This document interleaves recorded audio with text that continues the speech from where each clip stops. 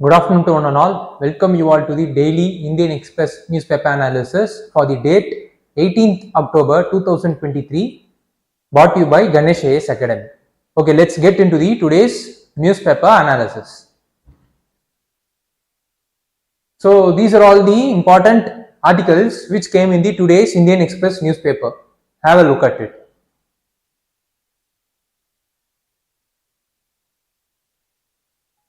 Okay, let's get into the today's newspaper analysis of the each articles which I have mentioned in the index page. PM spells out ISRO goals.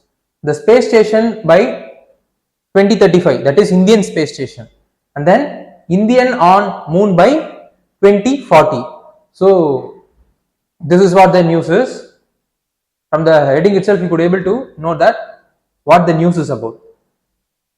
So it is related to the goal of the ISRO, which has been set by our Prime Minister.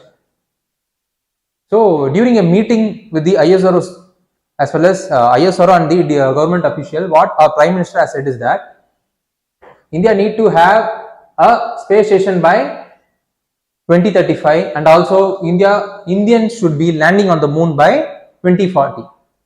This is the aftermath of the success of Chandrayaan-2 as well as the Aditya L1 mission, and the vision is does include Venus orbiter mission and at the same time Mars lander mission. During 2013, we have launched the Mars orbiter mission, but we don't have until the Chandrayaan successful landing of the Chandrayaan-2. India doesn't have the landing technology, but after that, after the Chandrayaan-2, we could able to master the landing technology. So with the advantage as well as the lesson that has been learned from the Chandrayaan series, India now aims to land on the Mars. So this is also one of the vision for the ISRO, which has been set by our Prime Minister. And then Prime Minister asked the Indian Space Research Organizations to create a roadmap for the further moon's exploration. Right now, the Chandrayaan-2 aims to collect the data in relation to the geographical aspects as well as environmental aspect and the topographical aspect of the moon. But the year after, the upcoming series of the Chandrayaan will be more focused on bringing back the samples from the moon, such like, and then staying there for some period of time by the humans and then exploring the moons. Such kind of greater vision has been set by our Prime Minister, and he has asked the roadmap for the further moon exploration.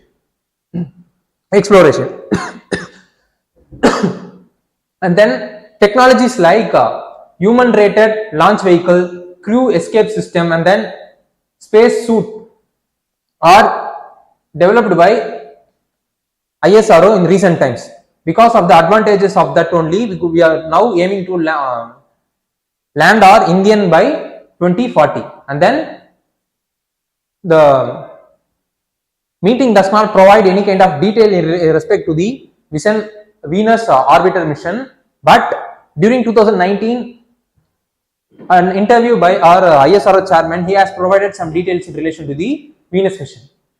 What he has said is that it will contain nearly 12 payloads, and then thermal camera and then mass spectrometer will be in the mission, will be part of the mission, which will enable the orbiter to collect the data in relation to the mission during its exploration period. And then India, as I said, sent the Mars orbiter mission during 2013, and it is now aiming to land the lander in the Mars as a part of the vision. And then the lander previously, that is the Chandrayaan-2 lander has been indigenously made by India. Before that, India has been partnered with Russia, but Russia withdrew its partnership because of its failure in the lander which has been landed, which it has planned in the Mars. But the previous countries which has landed in the Mars are USA, China as well as Russia. In that, Russia successfully landed on the Mars, but after some period of time, it got failed. It does not complete the time cycle which the Russian government has aimed. As a result of that only, it withdraw its support from the Indian partnership for making the lander in India. So after that only, India by themselves indigenously produced the lander which enabled them to successfully land the Chandrayaan 2 mission. So this is what the details in relation to the news is about. And how the news is being related to the civil service examination is, under prelims, it is related to current event of national as well as international importance. Similarly, under mains, it is related to GS paper 3, science and technology, awareness in the field of IT, space, computers, robotics, nanotechnology, biotechnologies, and issues relating to IPR. So this is how the news is related to the syllabus of civil service examination. Okay, let's look into the details of Gaganyaan mission. The Gaganyaan mission is the demonstrating mission of human flight capability, and it will have 3 crew members, and it will be reaching up to 400 kilometers. That is, it will be reaching towards the low Earth orbit. And then before the actual launch of the mission, 3 uncrewed mission, that is testing of those mission, will be carried out. And the GSLV Mk3 will be the launching pad or the launching vehicle for the Gaganyaan mission. Before India, who are all the countries have successfully landed the humans in the spaces? USA, China and Russia. These are all the countries have successfully conducted the human space flight. And right now, India is on the path to successfully demonstrate the human flight capability through the Gaganyaan mission. Okay, what significance the human space mission holds is, first and foremost is, it will make our country more self-reliant on the technologies that is needed to master the space missions. So as I said previously, the crew escape system, the launching pads, as well as the suits that will be made or created across the launch vehicle are now created by the ISRO. So these are all the peripheral innovations or improvement that will be happening in the space related department or space related sectors, which will enable us space sector to be self-reliant in the technology that is needed to dominate the space world. Secondly, it will enhance the R&D activities, because if we want to improvise or innovate or do certain new things in space sector, means there need to be certain R&D activities needed to be done. For that, important infrastructures and important skilled human resource are required, as well as the funding is also required, which will be taking place because of the human space mission. Thirdly, robotics. In that 3 uncrew testing which will be done before the actual human space flight, which I have said in the previous slide, in the 3 uncrew testing flight, one of the uncrew testing flight will be occupied by a humanoid robot, which will be similar to humans. So from that we could able to know that it will have some spillover effect on the robotics technologies as well as robotic sectors, and then it will strengthen the global partnership. India will have an equal say in the space sectors, which will enable India to peacefully collaborate with other major space players for the positive impact on the space sector, and it will inspire as well as steer the youth across the country, and it will enable them to take space research or space related thing as the career opportunity, and because of this kind of thing, it will enable the employment generation across the country. So these are all the significance the human space mission holds, and let's have a look into the details in relation to International Space Station. International Space Station is nothing but a space laboratory which is orbiting around the Earth at a distance of 400 kilometers from the land surface, and it has been made in collaboration with Russia, United States, Canada, Japan as well as European Union, and it is orbiting around the Earth at a speed of nearly 28,000 km per hour. So that the setting up of the International Space Station was initially proposed by Ronald Reagan, the then US president, and its official building up of International Space Station took up after 1998. And right now the International Space Station will be retiring by 2030. So as a result of which, the Russia is going to build its own International Space Station, and China has already built its own space station, and it is going. China's vision is to make the Chinese Space Agency as one of the major dominant space agency across the world by 2030, because the ISS, the International Space Station, is going to retire by 2030. So let's have a look into the Indian space station which India is aiming to create for our own purpose. What it has said is that it will be smaller than the International Space Station. International Space Station weighs nearly 450 tons, and it will be in the size of a football ground. But in the case of the Indian Space Station, it will be built by combining couple of modules, which includes the current crew module, which will be launched in the human space flight, and it will be smaller in size when compared to the International Space Station, and it will be lesser in weight when compared to the International Space Station. See, the Indian Space Station will be around 20 tons, and similarly it will be orbiting around the Earth at low Earth orbit at a distance of 400 km.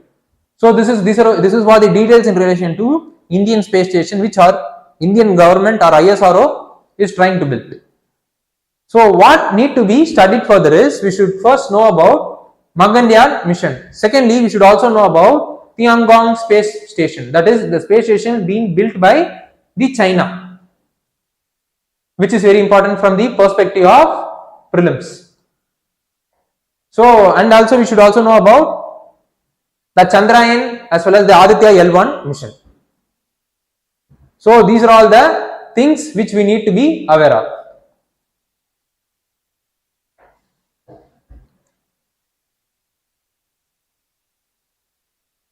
How Google's manufacturing plans could help India cut down import. See, right now Google, in partnership with HP, has started to manufacture their Chromebook laptop in Chennai. So right now India is having a major demand for laptops, but our market has been dominated by the Windows OS related laptops, but the Chromebook laptop, which is owned by Google, has Android as the operating system, which our Indian market is not fully absorbing it. Right now a majority of the Indian market has been captured by Windows related laptops, and similarly most of our laptop requirement, see, nearly 70 to 80% of our laptop requirement are met through imports, that is from import from the China, and overall our electronic goods import is nearly 4 to 7% of the overall import, and as I said, most of our laptops have been imported from China. This indigenous manufacturing of laptop in India by Google along with HP will act as one of the important contributor for our Atmanirbhar mission. And then this is what the details in relation to the news is. And how the news is related to examination is, under prelims the news is related to economic as well as social development. Similarly, under mains GS paper 3 economic and development, it is related to Indian economy and issues relating to planning, mobilization of resource, growth, development and employment. Okay, let's have a look into the production linked incentive schemes under which the most of the manufacturing related things are getting pumped up in the post COVID times. And in that, the partnership between the Google as well as HP is one of it. See, the PLI scheme which was introduced during the COVID times to boost the manufacturing economy in India. At the same time, the global world is now going into some geopolitical tension, as a result of which most of the global companies as well as countries wanted to diversify their investment. That is, they wanted to take their investment out from China, and then they wanted to diversify their supply chain as well as investment across the different abled countries like India. So right now, so in order to India to seize the opportunity and capture those capital that is flying from the China, this PLI scheme was introduced. The scheme will be extending an incentive of nearly 4 to 6% of the incremental sale being done by the companies which are part of the PLI schemes, and then it will be provided for the period of 5 years from the base year, and then it is being implemented by Ministry of Electronics and as well as Information Technology, and then the Ministry of Electronics will be appointing a nodal agency which will be acting as the project management agency to execute the successful operation of the PLI scheme, and it will act as one of the important implementer for the update or anything that has been provided, or any information that has been mandated by the Ministry of Electronics from time to time. So what challenges the electronic sector in India poses is, first and foremost, is the high tariff of the components that is required for making a product in India. See, high tariff in the sense the most of the components that is required for making a capital good has been imported from outer world, but it has been suffering because of the high tariff, which in turn will have huge impact, negative impact on the domestic manufacturing sector. Secondly, lack of MSMEs ecosystems for component manufacturing in India is also acting as one of the major challenge for the growth of bigger capital industries. And then regulatory uncertainty, changing of regulations, and then tedious regulatory process, and then bureaucratic hindrance, red tapeism. These are all the things acting as hindrance for push up of the electronic sector. And then punitive duty structure. The duty structure or the taxation policy need to be facilitating the development of particular sector. It should not be hindering, or it should not hinder the development of the electronic sector, but the duty structure mostly is of punitive in nature. So it is also acting as one of the challenges for the electronics sector in India. And then less favorable subsidy structures. When compared to China as well as Vietnam, they are providing more subsidies when compared to India in terms of making of capital goods.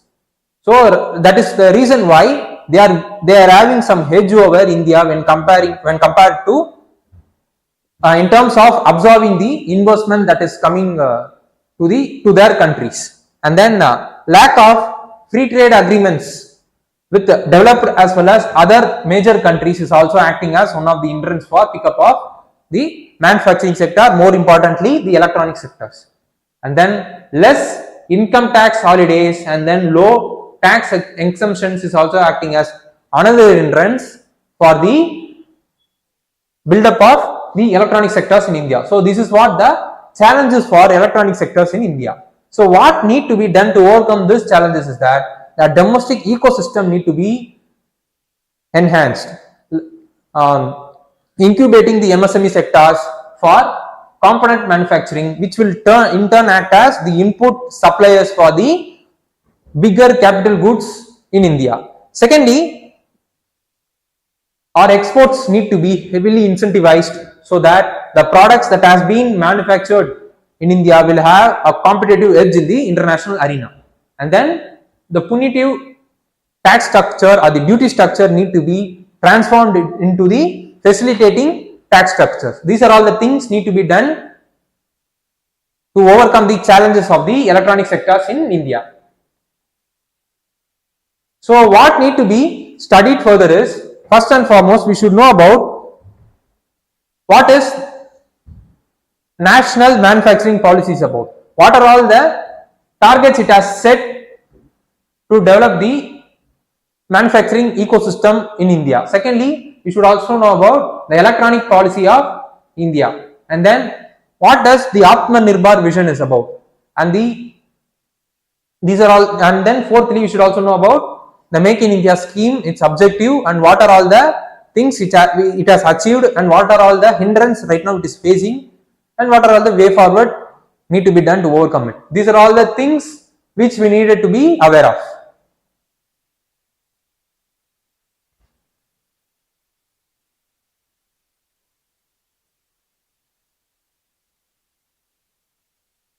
A ferry to Jaffna.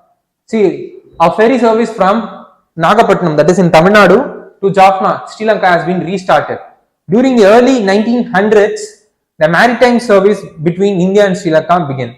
But during 1980s, it was discontinued because of ethnic conflict. And then later, after 2000, the effort were made by both the government to revive the ferry service, but it has not got materialized. During 2011 also, the two government, Indian government as well as Sri Lankan government, signed an MOU to revive the ferry service, but it did not got materialized. Even during 2022, a ferry service between Thoothukudi to Sri Lanka was started, but it got shut down after 6 months. Right now, it again got restarted.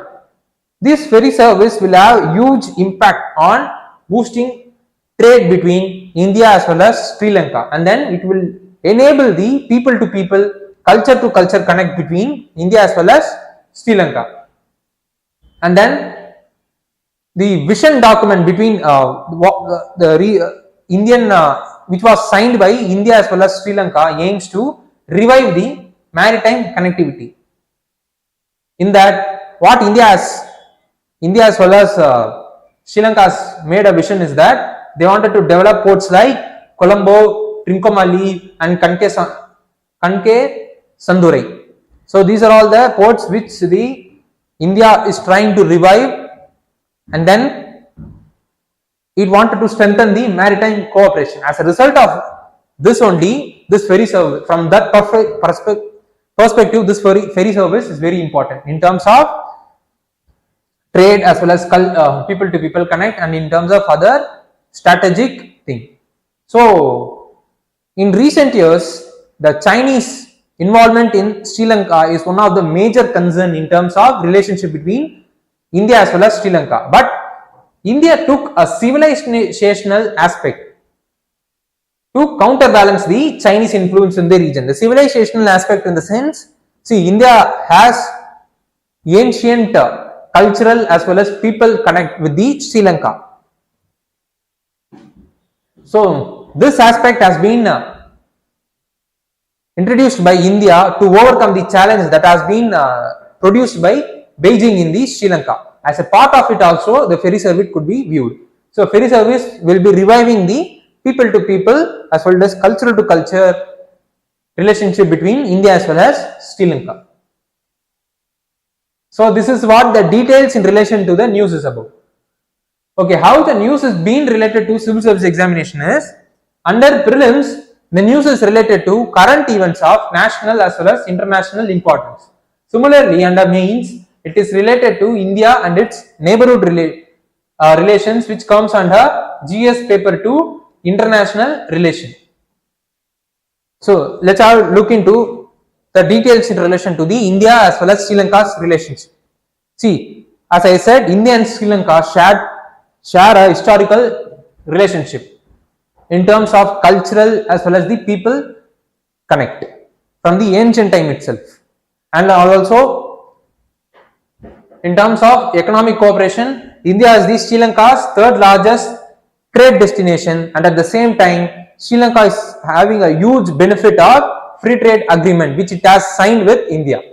And then, in terms of development cooperation, India has pledged to build some 50,000 housing for the areas that has been affected by the civil war, and then it has provided aid during the recent balance of payment crisis that has happened in Sri Lanka. And then they are one of the important partners in terms of SAARC and BIMSTEC to develop the region and protect the region from any kind of external influence. And in terms of defense cooperation, India is providing training for the Sri Lankan military, and at the same time, Mitra Shakti military exercise is also being conducted between India as well as Sri Lanka military for the technology and then service related ideas, and then the exchange of threat related information that has been occurring in the Indian Ocean region.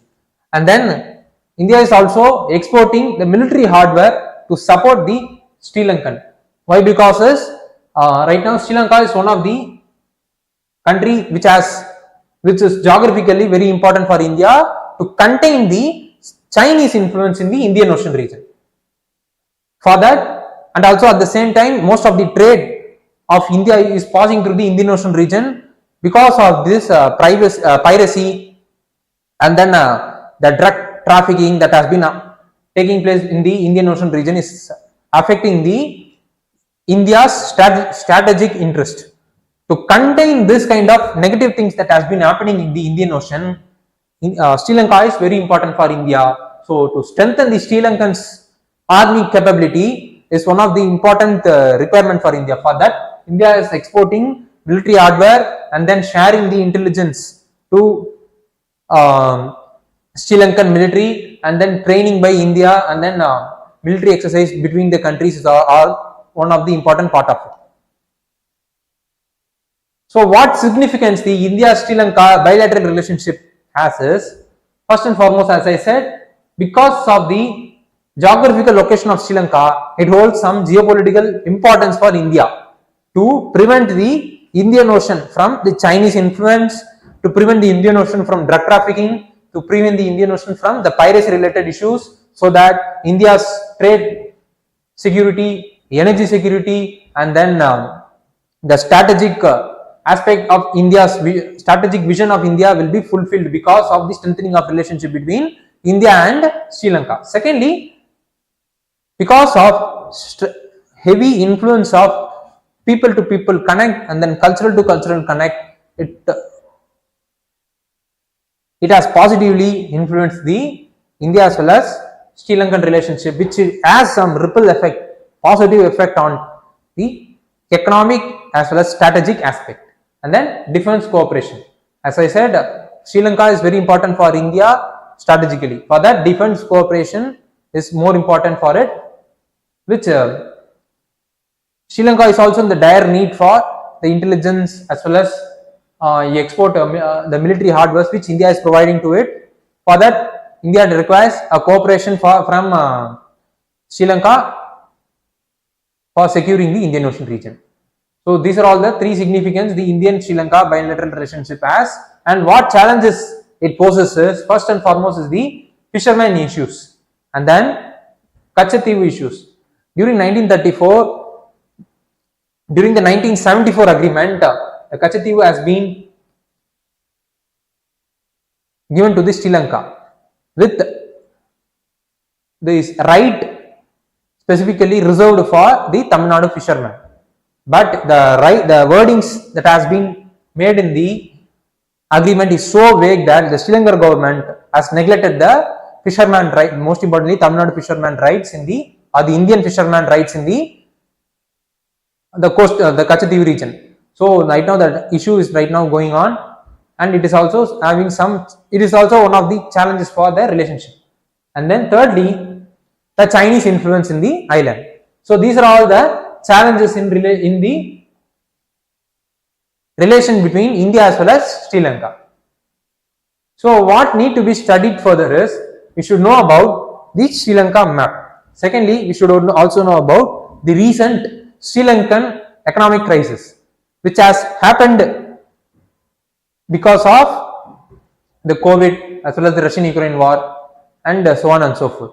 So what are all the causes? What impact that does the Sri Lankan economic crisis have on the India-Sri Lankan relationship, and what are all the way forward, and what are all the Sri Lankan Sri Lankan government is doing to overcome the economic crisis? These are all the things which we need to be aware of. Thirdly, we should also know about what is balance of payment is, what are all the components or the constituents of the balance of payments. These are all the things also we should be aware of.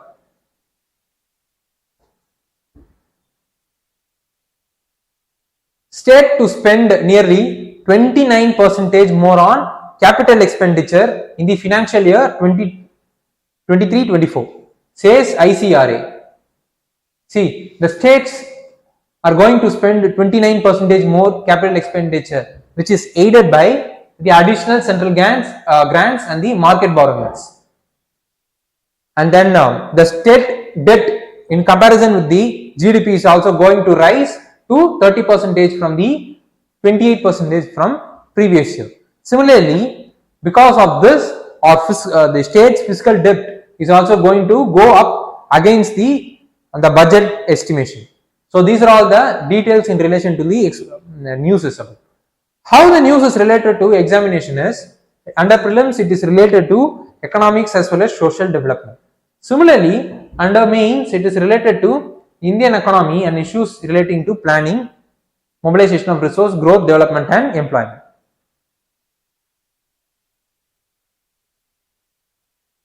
Okay, let's have a look into what does this capital expenditure is. Capital expenditure are nothing but the expenditure to create an asset or reduce their liability. It has the potential to create or generate the periodic income, which is the major difference in terms of revenue expenditure, where in terms of revenue expenditure there won't be any kind of periodic earnings. So this is what the capital expenditure is about. And then what significance the capital expenditure holds is, first and foremost, it has multipliers effect. See, the capital expenditure inside the state will have a ripple effect in terms of employment, in terms of the growth of the sectors, in terms of the livelihood of the people, and in terms of ease of living of the people, and then in terms of overall economic growth of the country. And then it will have a huge impact in terms of improving the productivity as well as efficiency of the labors. And then it is the tools for the counter-cyclic policies. And then it will crowd in the investment. See, the basic infrastructure in a country needed to be provided by the government. These basic infrastructures, the investment made in it are called as capital expenditure. So if the basic infrastructure is set, means then it will automatically pull in the private investment for the further enhancement of the sectors as well as the economy as the whole. So this is all the significance the capital expenditure holds. So what challenges the capital expenditure has is, it has some time lag effect. For example, if we are doing or investing certain things in the capital assets, means then the positive outcome of it will take time. The result what it will show, it will have some time lag effect. It will not be showing if we are investing today, and it will not show the result tomorrow itself. It will have some years of time. So after certain years only, it will have some, we could able to see the positive outcome of the investments. And secondly, it will have some inflationary effect in the economy.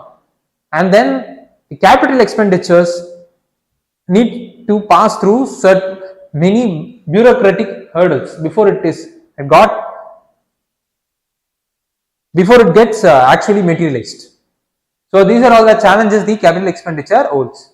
What need to be studied further is, again, we should know about what is revenue receipt, what is revenue expenditure, and what is deficit, what are all the different types of deficit in an economy, and then we should also know about what is inflation, what are all the different types of inflation, what does the inflation cost to an economy, who are all the stakeholders being affected by the inflation, who are all the stakeholders being benefited from the inflation. These are all the things which we need to be aware of.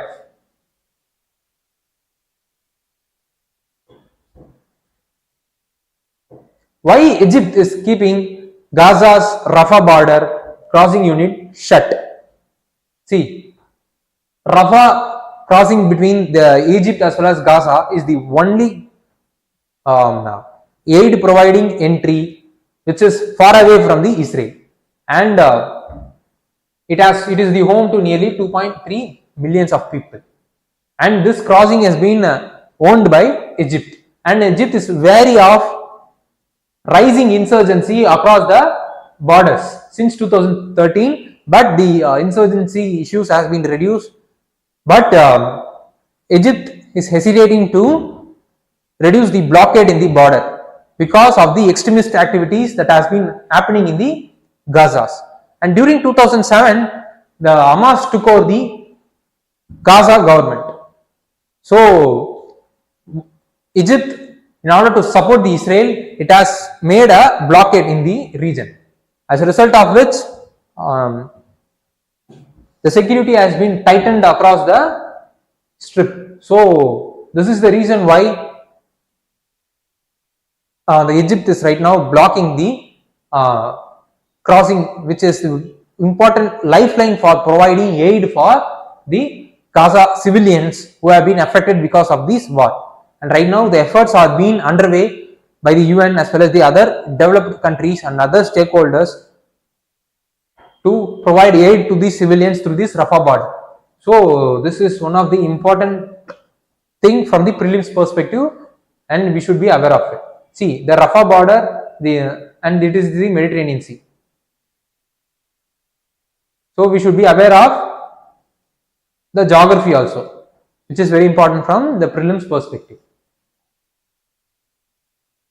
So the news is related to current events of national as well as international importance in prelims, and effect of policies and politics of developed and developing countries in mains, in paper 2 international relation.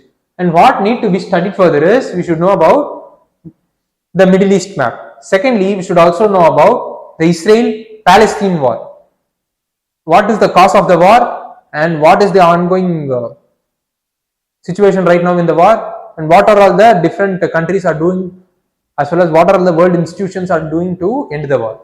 Thirdly, we should also know about India's crude oil import, because India is heavily dependent on Middle East for its crude oil need, which is very important for our energy security needs. And then fourthly, we should also know about the Abraham Accord.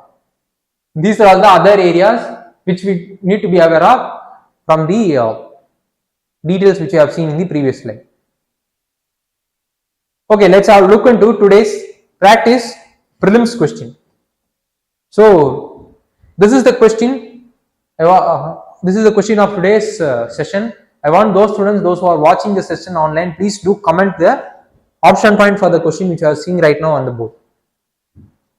Okay, with this we have reached the end of today's session. Thank you.